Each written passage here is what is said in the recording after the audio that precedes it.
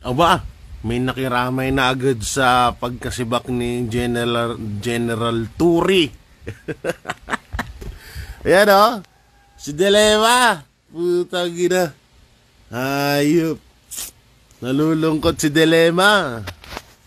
Sabi nga ni BP Sara, ang gaba, dili magsaba. Pero sa totoo lang, alam nyo yung pagkasibak ni Torre sa pagiging PNP chief at yung ginawa niya kay Pastor sa KOJC, ginawa niya kay Pangulong Duterte, kulang pa yon. Oo. Kulang na kulang ang pagsibak kay Torre. Maaari nga buhay na lang ang kapalit nun sa ginawa niyang panghahamak sa isang relihiyon, ginawa niyang pagpapakulong, pag-aresto kay Pastor na ang daladala niya arrest warrant, hindi naman search warrant, pero nag-search warrant sila doon sa loob.